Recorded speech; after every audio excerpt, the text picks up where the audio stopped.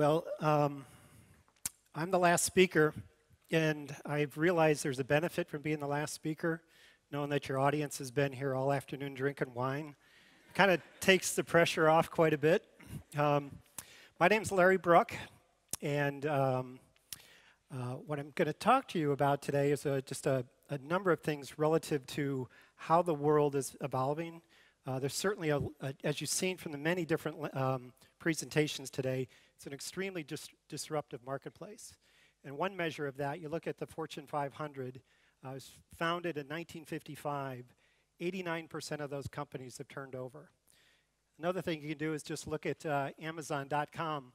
And there's all these books there about companies that, so to speak, had their Kodak moment. They missed the turn. And the interesting thing is nearly all of them are written from the view of hindsight. Yet when you're a young professional, you're just launching your career, and what you really need is foresight, and a sense of how do I navigate this changing marketplace? How do I get a sense of where it's going and the timing of it, and what do I need to do with my career to stay in line with that? And that's what I'm going to talk to you about today. But what I want to do first is give you just a little bit of context and share with you my turning point.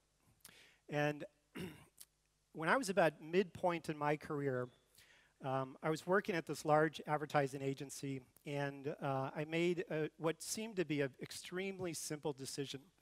And when I look back, that was a significant turning point in my life and my career. It really changed the trajectory in the course of my career. At the time, again, I was working on this big agency in the second largest account, and I'd been on this account for about 10 years. I'm going up the ladder, doing fine. And one afternoon, I just had this really cringing observation. And that observation was that I hadn't learned anything new in about 3 years. I was doing the same thing over and over again, doing it probably better and better. But to me, that was absolutely horrifying. So I stepped back, I pondered it very briefly, and said, I need to get off this business. So I made that decision, and that decision became my turning point. And the agency then moved me into an area where I had a portfolio of smaller accounts. In very quick order, I kind of pulled them together, got them underhand, and then I got a little bit bored. And I started looking around saying, okay, maybe this was a bad decision, because I had the comfort of this big account and everything. But then I looked around further and said, there's this internet thing going on here. And at the time, there was all these .coms coming in. And VC firms were just throwing money and money after them. And I reflected on this and said, well, we should be, as an agency, going after these. As it turned out, what these .coms wanted were really small agencies. So we had to figure out how to work differently. I reflected on this and said, I don't know the first thing about the internet. I don't know anything about these .coms. But I look around the other agency and said, well, no one else does either. So let's just go for it. And so I grabbed a couple of my buddies, and we started approaching business in a different way. We really had permission, because of this, actually to change the way we went to market. And in the first year, we won 9 of 10 pitches. And so it was a great success for us early on. A few years after that, the agency bought a B2B technology agency, and very quickly realized it was just a horrendous purchase. Because of my .com experience, I was given the privilege to go try to straighten and figure it out. Again, I tapped into my group of friends and brought a couple really talented individuals over with me. And in a couple years' time, we turned that around and won $450 million of business. A couple years after that, because of these natural ways of trying to figure out and do business in different ways, and leaning toward technology, leaning towards digital, I was a natural to eventually become the chief operating officer of the agency. And a little bit after that, the market started crashing, and we had to do a downsizing. And I was leading this, and I'm looking at all the head count, and it's an awful situation you have to go through. So the day of that situation, I come into the office, and I realized that my name was added to that list. I lost my job, and everything was just turned upside down. And it happens, and it may happen to some of you at some point in your career. A lot of times it's just totally out of your control. But for me, there was a really ironic situation that came out of all that. Because that big global account that I had been working on, that I walked away from 10 years before that, they just happened to be looking for somebody to help drive their transition into digital, go from mass marketing into digital-driven marketing. And at the time, there were very few people in the marketplace with those skill sets. I happened to have acquired them because of my journey away from that business. So I moved into that business. It was actually kind of unique because suddenly I'm one of the most important clients of the agency I just left. There's a lot of irony in that one there. But we introduced digital marketing, social media, data-driven marketing, e-commerce, and over the years I moved up and eventually became head of global marketing for this company. And the thing I want to leave you with that is that it was that decision probably 15 years before that to walk away from that business, not knowing what I'm walking into, but knowing I'm going to get different experiences that prepared me to come back to that business in a much more senior role, in a much more consistent with the times role to help drive that. So a fabulous learning experience and a huge turning point for me in my career. A couple key takeaways from that. Experiences matter. Get as many experiences as you possibly can. Experiences open doors, and experiences also lead to capabilities. And every time you have a new experience or acquire a capability, another door opens up for possibilities for you in your career. The other thing is curiosity. It takes you to new places. You know, it's one of those things where it forces learning, and as you acquire new perspective, you go with that. You fundamentally change as a person through curiosity. The other key point here is all people have multiple career paths. And I've seen this many, many times, and quite frankly, I made this mistake early in my career where you think there's one linear path, and I'm going to keep moving up this way, and sooner or later I'm going to be the CEO of this organization. When you're working in a really dynamic marketplace, which we all are now, what happens is you can join a company, and in 10 years, that company you joined is fundamentally different. And if you leave yourself open for new possibilities, you'll be surprised with opportunities and career paths that you may not have even been able to imagine. And they come to your doorstep. And then the other thing is luck is not a strategy. I was lucky. I operated on intuition, had some good things come my way. The market turned in my favor. The timing with this major CPG that I ended up working for, it all worked out well for me. But for you as an individual, I would really not suggest luck as a strategy and prepare yourself more so for this dynamic marketplace. And that's what I'm going to get in now, is really talk to you about how do you navigate market evolution and give you a couple tools potentially of how you might look at the marketplace in different ways. And one of those is just to recognize the world we're in today is evolving and is more dynamic than ever. And what you have here is a number of macro trends. And what I'd ask you is not to look at any one of these per se, and I'm sure there's more out there, but what lives above this? And what lives above it is change and evolution. It is the one thing that you can guarantee yourself is going to happen in the careers that you jump into and the companies that you work for. And that's the thing that you can latch onto, and it can give you some certainty and a bit of a barometer to navigate going forward. The other thing that is happening is the rate of innovation in the world today is faster than ever before, and the other thing is much more diverse and dynamic than ever before. And it's just impossible to kind of keep track of all of these. So you need other ways of looking at this and really kind of pinpointing a couple different places you might place your bets and move forward. And what it leads to is a very simple question. Where do you intersect with marketplace evolution?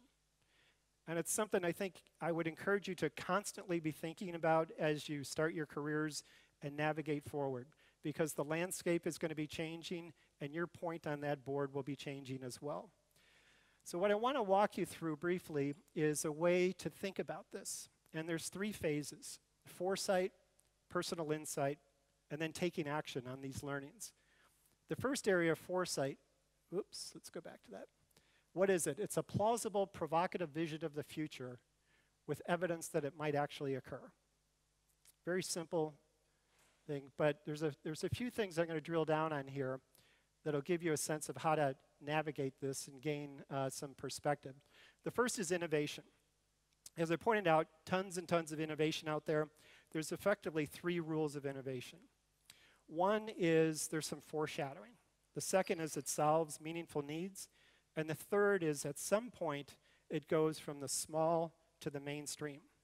I find the last 2 of these, meeting those unmet needs and coming mainstream, are really the 2 that are most valuable to be looking at. The other point, though, is to give consideration to the nature of our times. And what I mean by this is really understanding the context in which innovation is operating and in the context in which the companies that you might be working for are working, because that provides a very different vantage point to the innovations that you might be looking at or those that are fundamental to your career or your industry.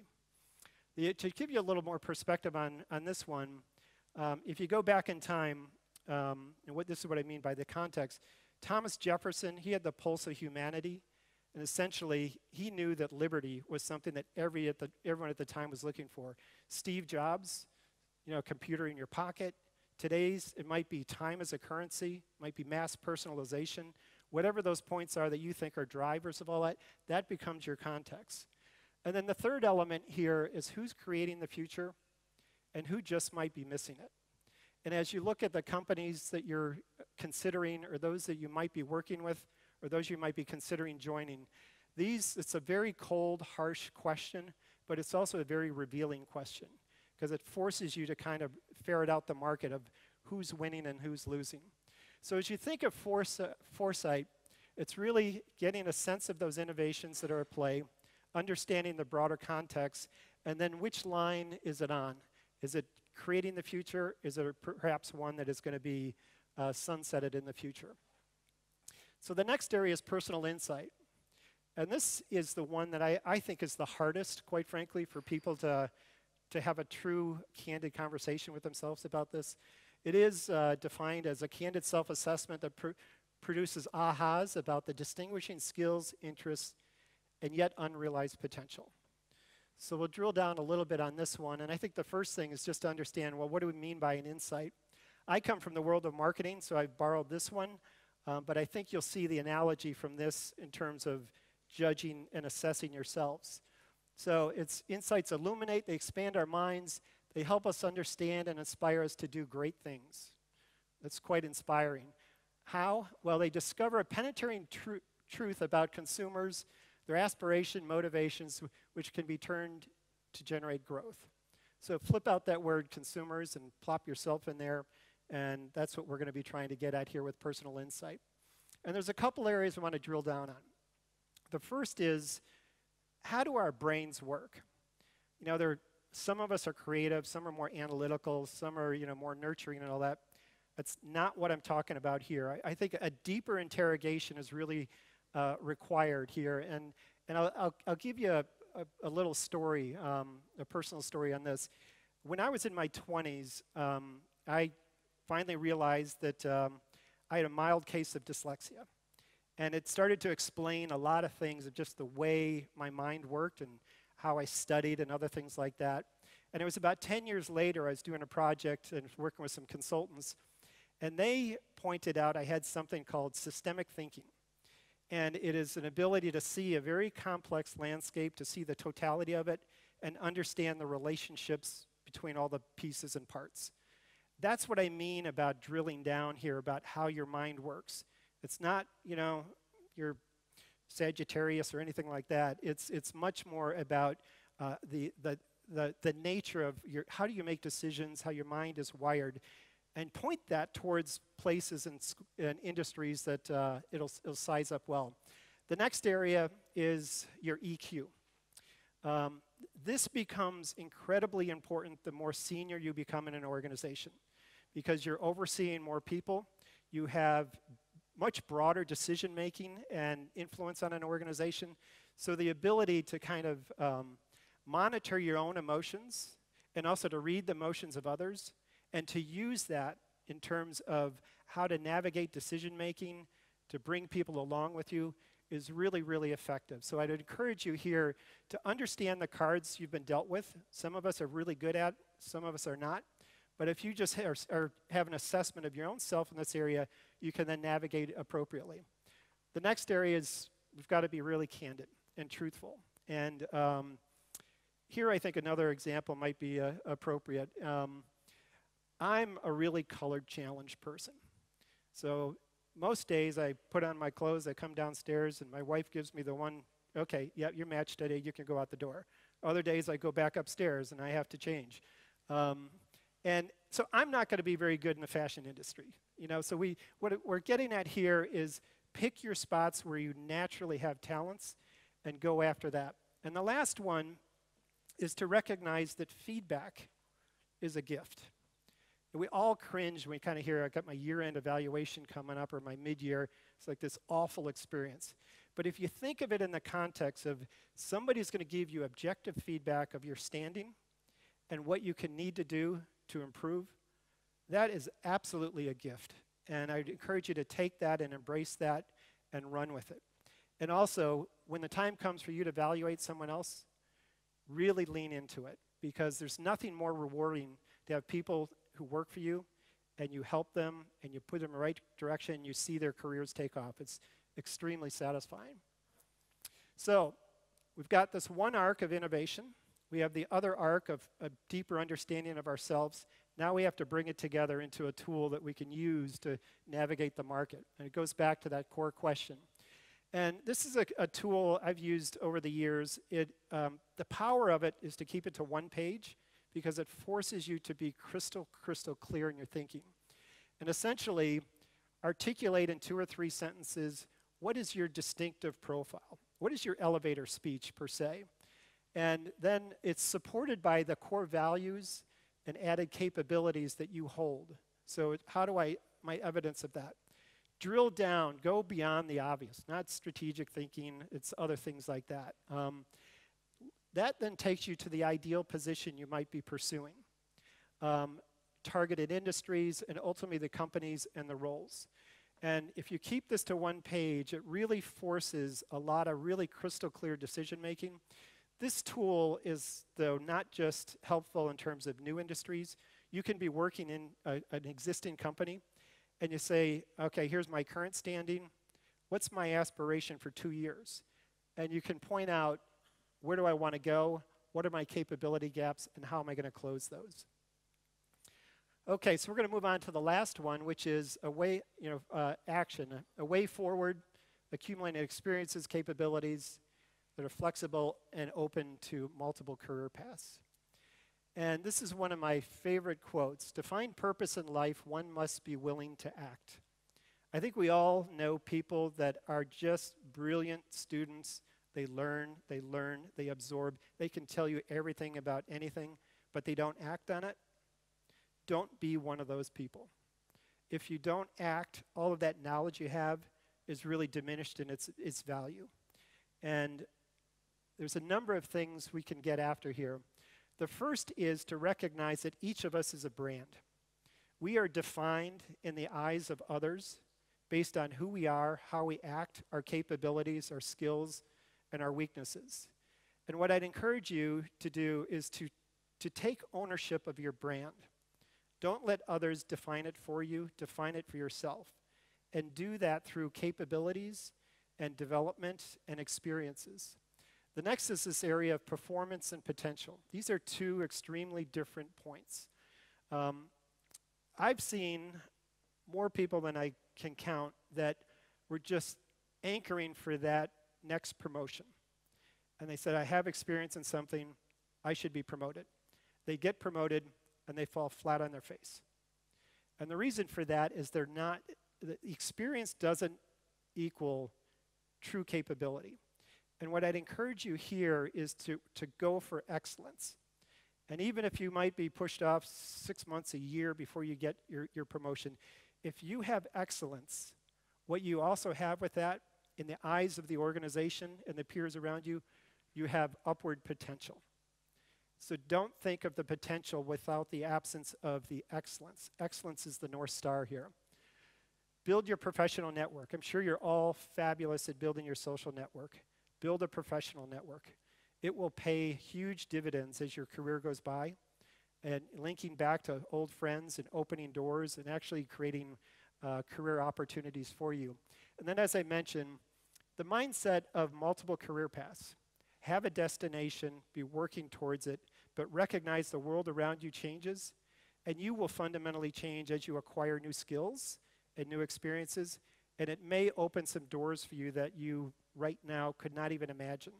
And it's a wonderful thing when you have that kind of openness to your development. Okay, so there's one last thing, and it lives in the middle here. This notion of shared value creation. There is a relationship between yourself and the organization you work for, and it is fundamentally a value exchange. When you start with a new organization, that is a disproportionate relationship. You are gaining far more from that organization than you're giving because you're learning and they're investing in you. But the thing to think about longer term here is to be aligned with the growth of the organization and your personal growth as well. You want those two things to be working in tandem, because when you find that point, you will really excel within that organization and continue to move. Use that also as a lever throughout your career as you're weighting these things, because if you find it's out of whack, maybe it's telling you something that you should be moving elsewhere. And then the final thing, and this is probably the most important thought of all, do what you love. Because if you do, you're going to be good at it. And if you're good at it, you're also going to be happy. And those are two really, really valuable things. So thank you, and best of luck.